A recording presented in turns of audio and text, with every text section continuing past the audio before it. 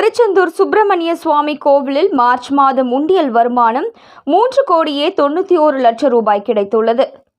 திருச்செந்தூர் சுப்பிரமணிய சுவாமி கோவிலில் பக்தர்கள் காணிக்கையாக செலுத்தும் உண்டியல் மாதம் 2 முறை எண்ணப்படும். இந்த மாதம் உண்டியல் எண்ணும் பணி முதல் முறையாக கோவில் வளாகத்தில் உள்ள வசந்த மண்டபத்தில் தொடங்கி பக்தர்கள் செலுத்திய காணிக்கைகள் எண்ணப்பட்டன.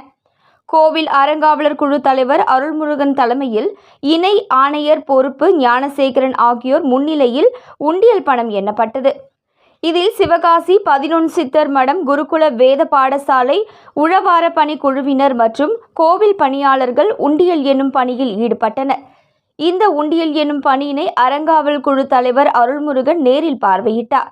இன்று எண்ணப்பட்ட நிரந்தர உண்டியலில் இருந்து 3,91,03,758 ரூபாய் மார்ச் மாதம் காணிக்கையாக கிடைத்துள்ளது.